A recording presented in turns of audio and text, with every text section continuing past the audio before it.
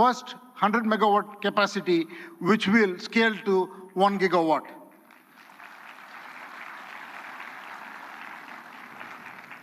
And we made an announcement with AMD yesterday where we will combine the world-class AI rack architecture with Tata's strength in infrastructure, engineering, power, and solution capabilities to create a sustainable high-density AI capacity in India for global standards.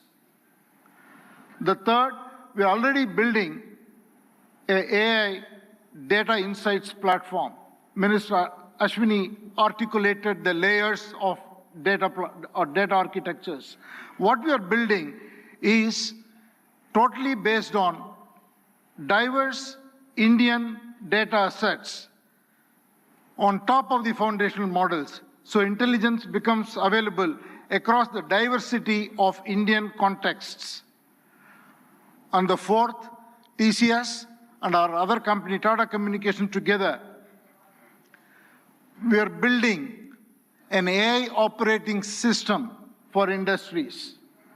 What we will do is to build agentic industry solutions for every industry. We are already well on that journey, and we will work with partners to be able to launch it and take it to all enterprises,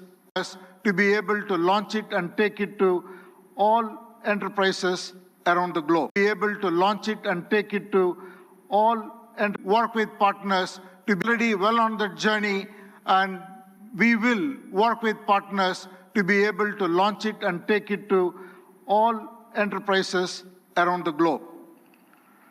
And finally, again, I want to thank the vision of our Prime Minister, which made it possible for us to make a serious foray into chips and semiconductors.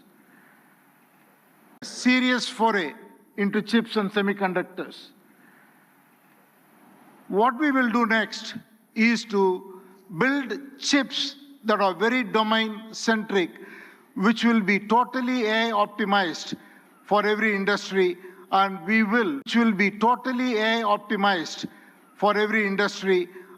will first launch or work towards getting it ready for the automotive sector.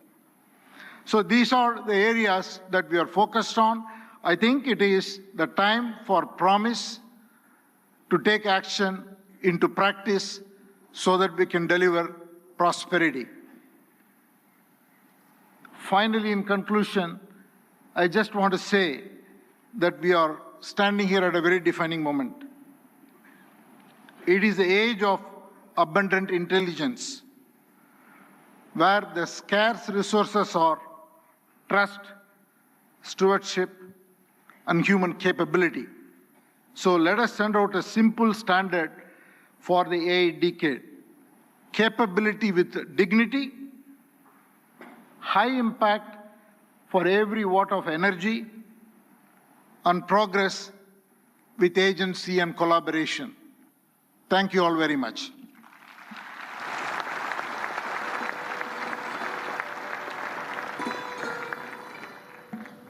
Thank you, Mr. N. Chandrasekaran, for your forward-looking address. Excellencies,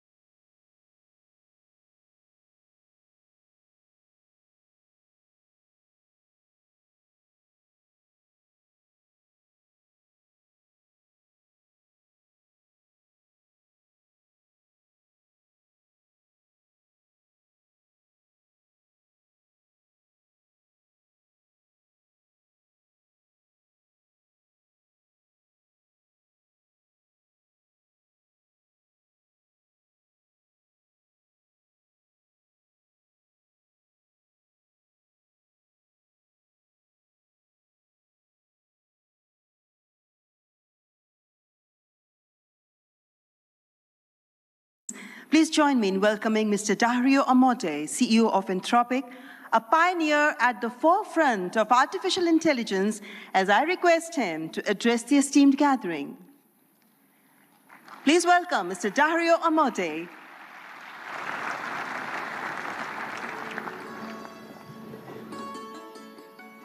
First, I want to thank Prime Minister Modi for bringing us together. The energy and ambition in this room and across India are incredible. I've been spending the last few days meeting with Indian builders and enterprises, and the energy to build together here is palpable, unlike anywhere else. This is the 4th AI summit we've held since the tradition was initiated at Bletchley Park back in 2023, which I still remember. And in those 2.5 years, the advances in the technology have been absolutely staggering.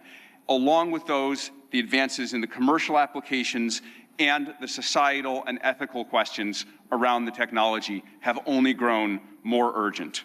My fundamental view is that AI has been on an exponential for the last 10 years, and as part of a sort of Moore's law for intelligence, and that we are now well advanced on that curve, and there are only a small number of years for AI models surpassing the cognitive capabilities of most humans for most things. We're increasingly close to what I've called a country of geniuses in a data center, a set of AI agents that are more capable than most humans at most things and can coordinate at superhuman speed. That level of capability is something the world has never seen before and brings a very wide range of both opportunities and concerns for humanity. On the positive side, we have the potential to cure diseases that have been incurable for thousands of years, to radically improve human health, and to lift billions out of poverty, including the global south, and create a better world for everyone. On the side of risks, I'm concerned about the autonomous behavior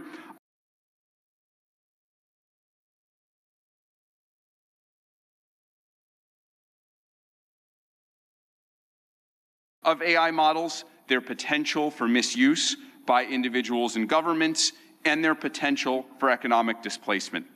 India has an absolutely central role to play in these questions and challenges, both on the side of the opportunities and on the side of the risks. As a sign of our commitment, we just this week opened an office in Bengaluru and hired Irina Ghosh, who has spent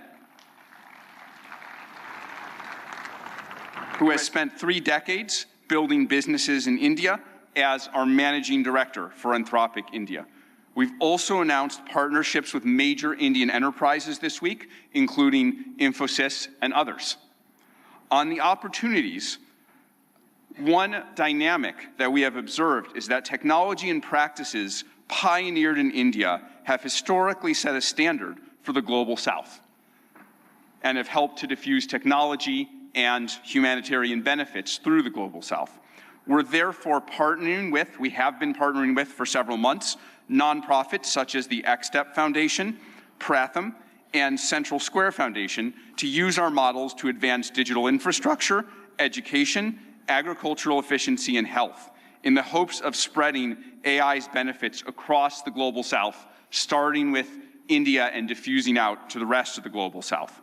We're also partnering with Karya and the Collective Intelligence Project to build evaluations and metrics of our model Claude's performance on India's many regional languages on practical and locally relevant tasks we'll benchmark like agriculture, legal tasks, and educational content.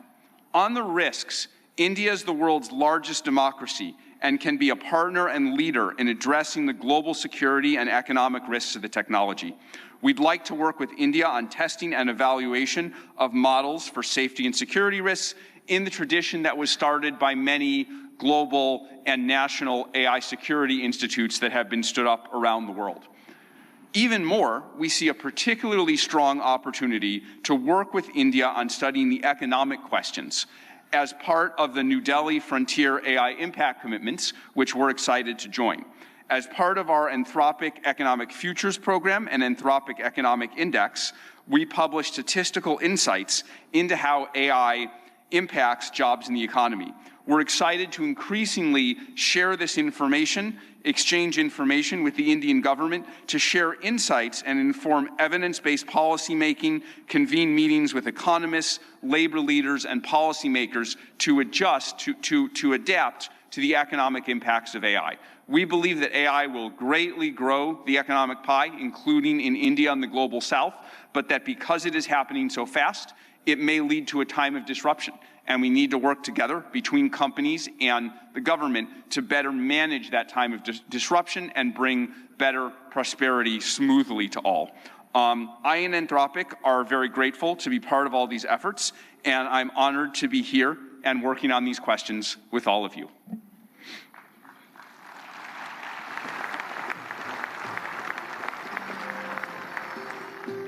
Thank you, Mr. Dario Amodei, for that illuminating address.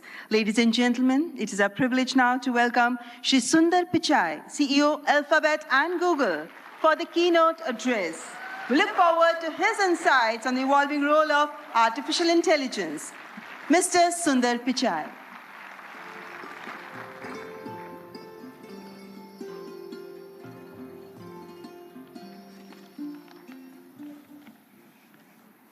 Namaste. Thank you,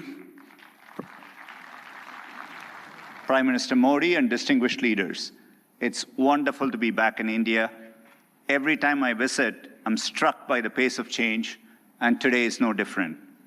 Back when I was a student, I often took the Coromandel Express train from Chennai up to IIT Kharagpur. To get there, we passed through Visakhapatnam, Vizag. I remember it being a quiet and modest coastal city brimming with potential.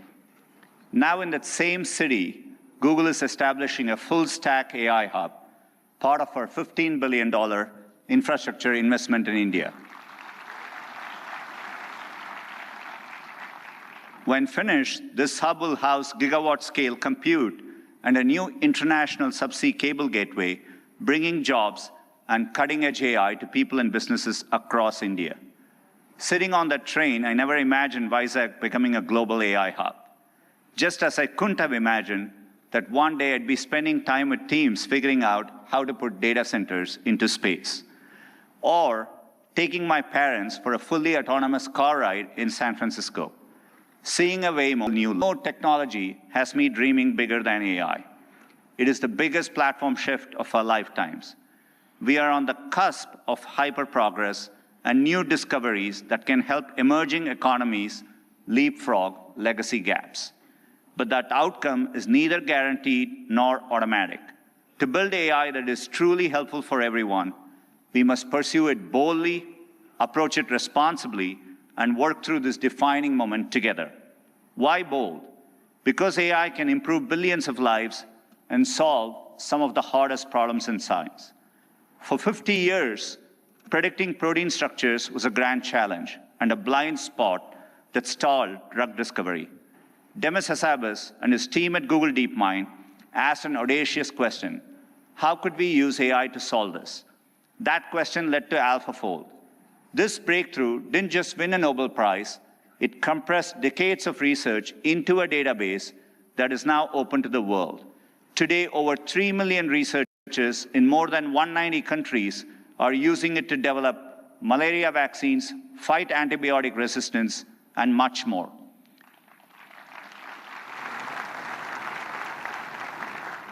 And we are asking similarly bold questions across the scientific stack, from cataloging DNA disease markers to building AI agents that act as true partners in the scientific method. We must be equally bold in tackling problems in regions that have lacked access to technology. Take El Salvador, where Google has partnered with the government to bring affordable AI-powered diagnosis and treatments to thousands who could never afford to see a doctor. This breakthrough, or in India, where our work together is helping farmers protect their livelihoods in the face of monsoons. Last summer, for the first time, the Indian government sent AI-powered forecasts to millions of farmers, possible in part because of our neural GCM model. I see language inclusion as another exciting ambition. In Ghana, we are collaborating with universities and NGOs to expand research and open source tools across more than 20 African languages. We need this bold thinking in more places to tackle more problems across health, education, economic opportunity, and more. Technology brings incredible benefits, but we must ensure everyone has access to them. We cannot allow the digital divide to become an AI divide. That means investing in compute infrastructure and connectivity. I mentioned our Vizag investment, and we have others in Thailand, Malaysia, and more. We're also building a vast network of subsea fiber optic cables, including 4 new systems between the US and India. As part of our America-India